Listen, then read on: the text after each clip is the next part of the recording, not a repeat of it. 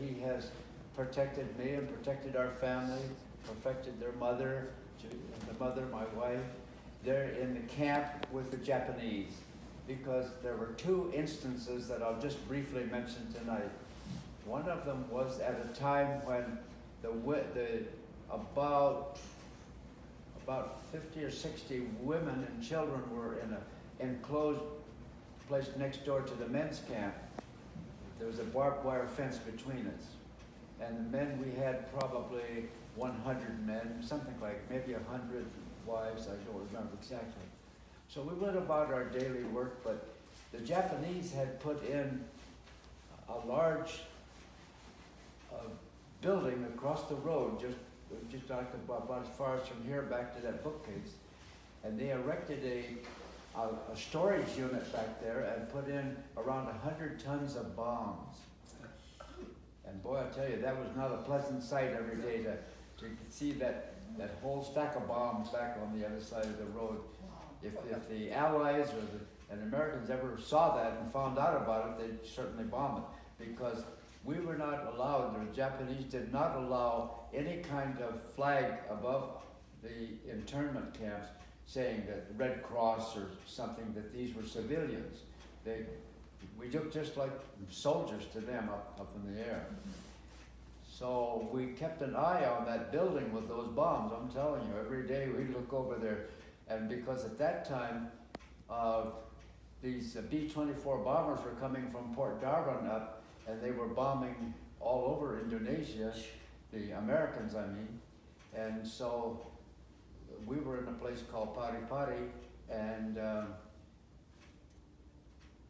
about every day for a while, we'd either have a reconnaissance plane or a group of bombers, about 6 of them. Well, we wondered what was going to happen, you know. And one day, that group of bombers were flying right over to be about like where I'm sitting in the back one of these lamps. But this day, in the 6 bombers formation, one of them left the formation, came right smack dab for our camp. And we knew they must have gotten word that that bomb dump was there, because it was a direct hit. Oh, wow. They would drop 5 bombs. 2 of them fell in our camp, the men's camp alongside, just a barbed wire fence between, and one fell directly on the women's. One fell directly on the women's camp buildings, and one fell directly on the bomb dump, and one fell up in the military. There were soldiers, also prisoners, on the other side. Well, we thought that the bomb dump would explode immediately, but that's not the way it happened. What happened was it set the building on fire. So the building was burning, and the bombs were in crates, wooden crates, so you can imagine. So then we were in a panic, and of course we were afraid. We said, no, we weren't afraid. Of course we were afraid. So we managed to get the women and children down over a bank, down to the bay with a sandy shore. And we were down there probably about a minute, and the explosion came. Just one horrendous explosion. The air was filled with debris and asphalt from the pavement and parts of bombs and crates, and my goodness, it was a mess. Of course, we were huddled down on the beach and bending up just flat on our stomachs, just to protect ourselves a little bit. But the buildings that both the women's barracks and our barracks were completely destroyed. We lost everything, even my Bible, extra clothes. So when it was over, we had what we stood in. That was it. And the men, because the men's barracks burned to the ground, and the women's barracks burned. So that was one time. People say, well, you know, if you're a Christian, you shouldn't be scared. I was scared to death. Of course we were scared. You can't have bombers bombing you and not be scared. And so then they moved us down to the city of Ambon and put all of us, well, we lost about 30, 35 people during that bombing. So there again, God protected us, myself, my wife Dorothy, and Thais, the oldest daughter. She was just a baby. How old was she? Well, she was About a year and a half to 3 Year and and a a half half. to 5, so one in two. Yeah, something like that. So they moved us down to some churches, and we were placed in a Seventh-day Adventist churches. Now that didn't change my religion at all.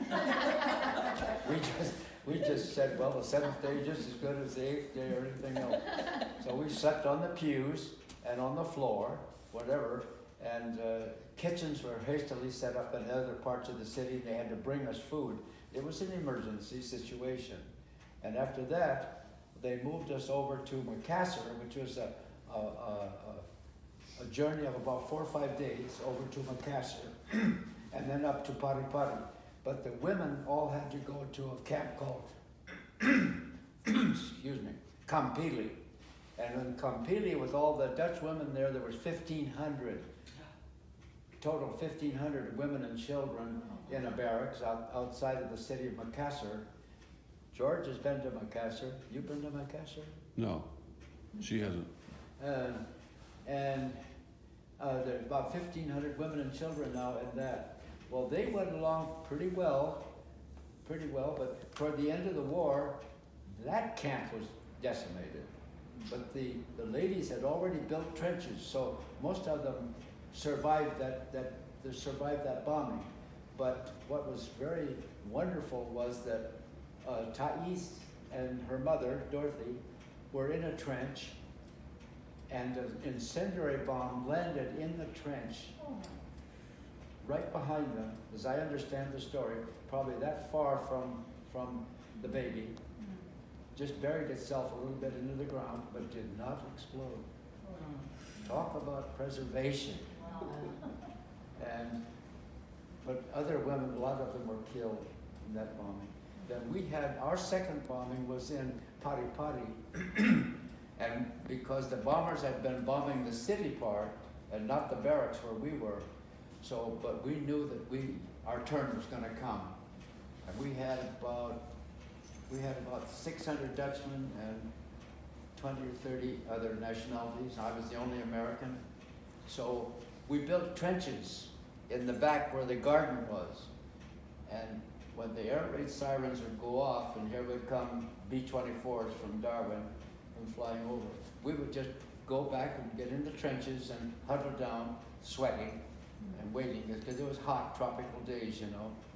And sure enough, that one day, they demolished our camp buildings.